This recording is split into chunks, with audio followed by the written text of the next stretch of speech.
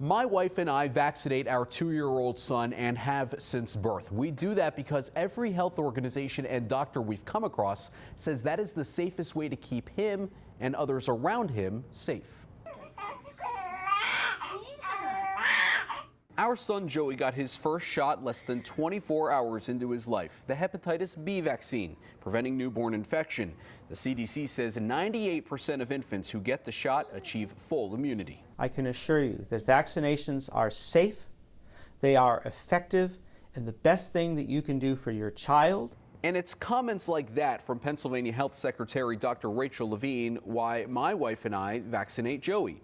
A full CDC-created schedule includes vaccines for 11 different diseases, with shots starting at birth and going until your child is 4 to 6 years old. So many infections which have caused so much suffering, disability, and even death, we can prevent with these vaccines. In fact, the CDC says a disease like measles was eliminated in the year 2000. Today, though, measles cases in 2019 have been confirmed in 26 states, totaling more than 1,000, the worst outbreak since 1992. More families are hesitant to get the vaccine. And while we're unsure why, a recent study from George Washington University found Russian Twitter trolls fueled the anti-vax debate with misinformation, like the debunked idea that vaccines lead to autism. We're about caring for people, so people make choices.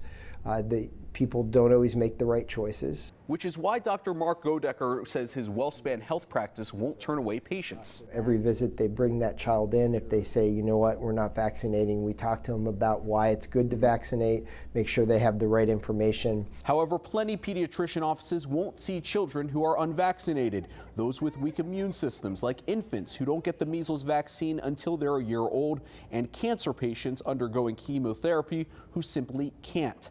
Despite that, State Representative Metcalfe of Butler County is proposing a bill which would prohibit doctors' offices from refusing unvaccinated kids. Worldwide, no matter what country you're from, it's been recognized worldwide that you have the right to decide a medical procedure. The state shouldn't be forcing that upon you. And when you have people trying to force these vaccinations upon you and you bully you into getting them when you think it's not in your child's best interest or your best interest, that's a problem. But what if that puts other lives at risk?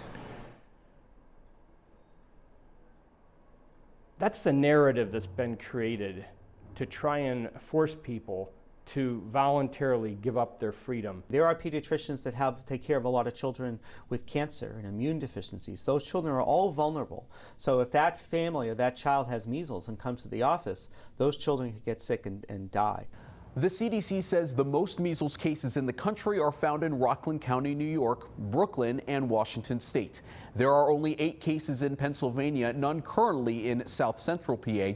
And Pennsylvania's Department of Health requires all students have updated vaccinations within 5 days of the start of school, unless medically cleared or for religious reasons.